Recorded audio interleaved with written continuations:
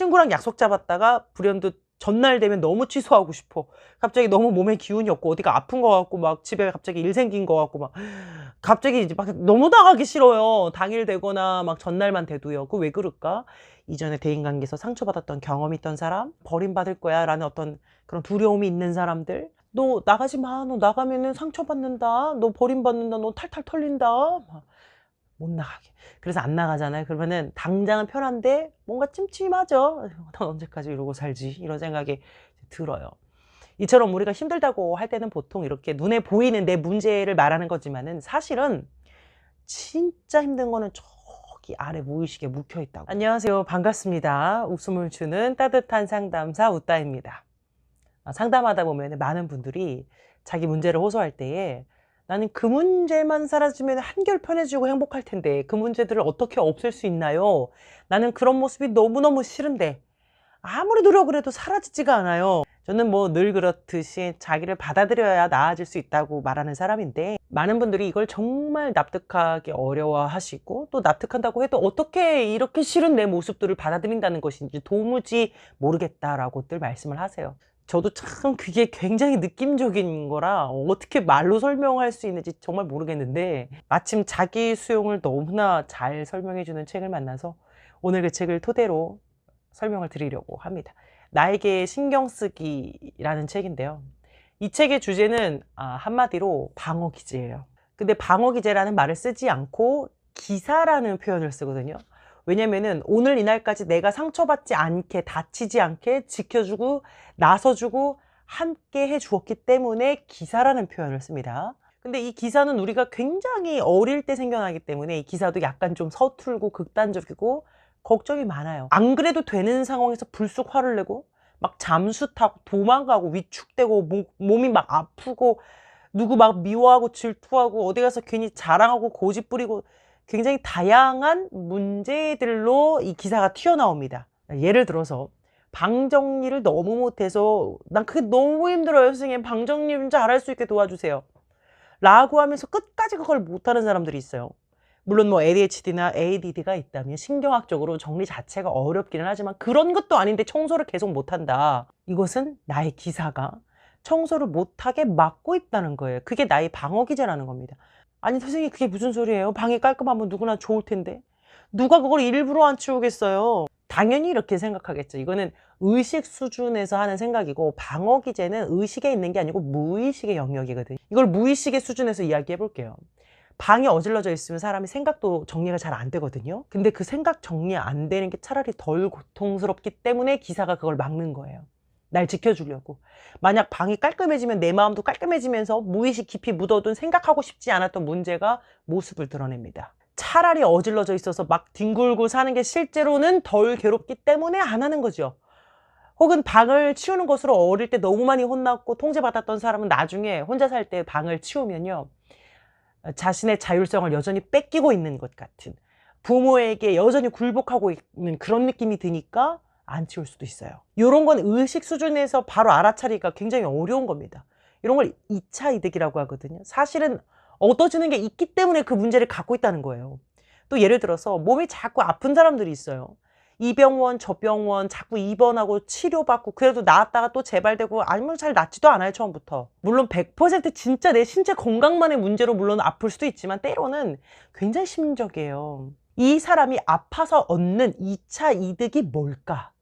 가뜩이나 회사에서 대인관계 불편하고 학교 가면 스트레스 너무 심해. 근데 아프면 학교 빠질 수 있어요? 휴직계 낼 수 있어요? 그러니까 등교 거부하는 애들이 계속 고질적인 어떤 신체 질병 계속 호소하거든요. 어디 아파서 막 못 살겠다고 막 엉엉 울면서도 그 병이 막상 나으면 나 학교 다녀야 돼. 알고 그러는 건 아니고 무의식적으로 그러는 거예요. 혹은 맨날 뭐 가족과 싸우기만 했는데 아프면 왠지 더 나한테 져주기도 하고 혹은 막 보살핌 받고 막 관심 받고 싶은데 너무 외로워 지금 나는. 그렇게 해줄 사람이 없어. 근데 아프면 입원해 있을 때 의사, 간호사들 항상 나를 봐주고 시간마다 와서 체크해 주거든. 그리고 주변 사람들도 걱정해 줘, 관심 줘. 그게 은근히 중독돼요. 상담도 그래요. 종결할 때가 되면은 굉장히 무의식적으로 저항이 일어난다고 하는데요. 막 문제가 또 생겨요. 상담사를 그만큼 의존하고 있기 때문이라는 거죠. 나는 그 문제 때문에 너무 힘들다고 말하지만 사실은 그거보다 더 힘든 것을 감추고 누르기 위해서 나의 기사가 출동해서 나를 지킨다는 거예요. 또 하나 해봅시다. 너무 바빠. 워커홀릭이야. 맨날 야근에 주말에도 못 쉬어요. 선생님, 저 너무 쉬고 싶어요. 이렇게 사는 건 너무 힘들어요. 근데 쉬지를 못해요. 이렇게 말하는 사람들은 대부분 자신의 정말 불편한 감정, 진짜 불안한 마음을 느끼지 않기 위해서 계속 쉬지 않고 뭘 하면서 바쁘게 살아가는 사람들이 정말 많아요. 그런 사람들 어느 날 여유가 생겨가지고 조용히 혼자 있게 되면 정말 엄청나게 괴로워요. 그래서 가만히 있을 때 또 뭐 할 일 없나? 이거 해야 되는데 저거 해야 되는데 막 방이라도 다 뒤집어 엎어야 돼. 대청소라도 해야 되고 막 옷장 다 뒤집어 꺼내. 가만히 못 있어요. 그러다 나중에 퇴사라도 해봐요. 애들이라도 다 출가 외인시켜서 더 이상 키울 애도 없어 봐요. 그러면 10년 전, 20년 전에 묵혀둔 그 상처 확 올라옵니다. 그래서 다 큰 자식에게 또 집착해, 또 잔소리해. 아직도 내가 다 안 키웠다고 생각하면서 계속 간섭하고, 혹은 내가 뭔가를 계속 해야만, 바쁘게 해야만 스스로 가치 있고 능력 있는 사람 같아서 계속 바쁠 수도 있어요. 어릴 때부터 뭐를 잘해야 관심받고 인정받았던 사람은 더 이제 가만히 있지 못하는 거죠. 계속 뭘 해야 되는 거예요. 혹은 대인관계에서도요. 친구랑 약속 잡았다가 불현듯 전날 되면 너무 취소하고 싶어. 갑자기 너무 몸에 기운이 없고 어디가 아픈 것 같고 막 집에 갑자기 일 생긴 것 같고 막 갑자기 이제 막 너무 나가기 싫어요. 당일 되거나 막 전날만 돼도요. 그 왜 그럴까? 이전에 대인관계에서 상처받았던 경험이 있던 사람, 버림받을 거야 라는 어떤 그런 두려움이 있는 사람들, 약속 자꾸 취소하고 싶은 기사가 출동한다. 너 나가지 마. 너 나가면은 상처받는다. 너 버림받는다. 너 탈탈 털린다. 못 나가게. 그래서 안 나가잖아요. 그러면은 당장은 편한데 뭔가 찜찜하죠. 난 언제까지 이러고 살지? 이런 생각이 들어요. 이처럼 우리가 힘들다고 할 때는 보통 이렇게 눈에 보이는 내 문제를 말하는 거지만은 사실은 진짜 힘든 거는 저기 아래 무의식에 묵혀 있다고요. 오히려 겉으로 드러난 내 문제는 그 깊은 거를 가리기 위해서 나의 기사가 그동안 나를 위해 열일했던 것이다 라고 이 책은 이야기를 하는 겁니다. 그러니까 사실 내가 생각했던 그 문제는 혐오할 대상이 아니고 오히려 내 마음 안 다치게 지켜주는, 아무도 내 이야기 들어주지 않고 내 편 들어주지 않았던 그 어린 시절부터 나를 위해서 싸워주던 나의 편이라는 거예요. 저는 이 내용이 참 너무 좋습니다. 이 표현들이. 제가 늘 외치던 이 자기 수용을 정말 쉽고 구체적으로 잘 표현한 말이에요. 나는 나의 적이 아니고 내 편이었다. 다만 좀 서툴렀고 어렵고 극단적이었고 걱정이 너무 많아서 그렇지. 왜냐면 내가 어릴 때 어떻게 내 마음을 지켜내야 할지 몰랐을 만큼 어렸을 때 생겨난 아이니까 그 친구도 그럴 수밖에 없었어요. 근데 이 기사는 이제 내가 나이가 들었는데도 여전히 나를 그렇게 어린아이로 보고 계속 서툰 방식으로 나를 지키려고 하니까 대인관계, 연애, 직장생활, 뭐 가족관계 너무나도 많은 면에서 삐끄덕거리게 됐다는 거. 그렇다면 이 기사를 우리가 어떻게 대해야 할까? 이 책에서는 일단 기사에게 이름을 붙여주고 대화를 시도하라고 말을 해요. 뭐 화남씨, 짜증씨, 도망씨, 취소씨, 억지 웃음씨, 귀찮음씨, 폭식씨 이름을 붙여주라고 하는데 이건 굉장히 좋은 방법이에요. 내 문제를 외제화 시켜준다고 심리학에서 이야기하거든요. 그러니까 훨씬 더 알아차리기가 쉽고 객관화시킬 수가 있어요. 이름을 붙이면. 그 다음에 그 땡땡씨하고 대화를 자주 해요. 짜증씨, 너 미션이 뭐야? 도망침씨, 너 미션 뭐야? 그 미션 안 하면 너 어떻게 되는데? 하면서 계속해서 이제 대화를 하고 친해지세요. 그리고 이유를 물어봐. 그러면 놀라운 답변들을 듣게 됩니다. 야, 내가 그거 안 하잖아? 너 굉장히 괴로운 생각 떠올라. 내가 그거 안 하면 너 타인한테 상처받아. 더 큰 실망하게 될 거야. 하는 뭐 여러 가지 답들을 듣게 돼요. 그럴 때 그래 짜증씨, 귀찮음씨, 도망감씨 지금까지 나 지켜줘서 고마워. 나 상처 안 받게 지켜줘서 고맙다. 이게 자기 수용이에요. 자기 수용입니다. 그러면서 기사한테 이야기해 주는 거예요. 근데 있지, 나 이제 6살 아니야. 나 이제 12살 아니야. 나 이번에 저기 32살 됐어. 나 41 됐어. 나 27 됐어. 좀 컸지.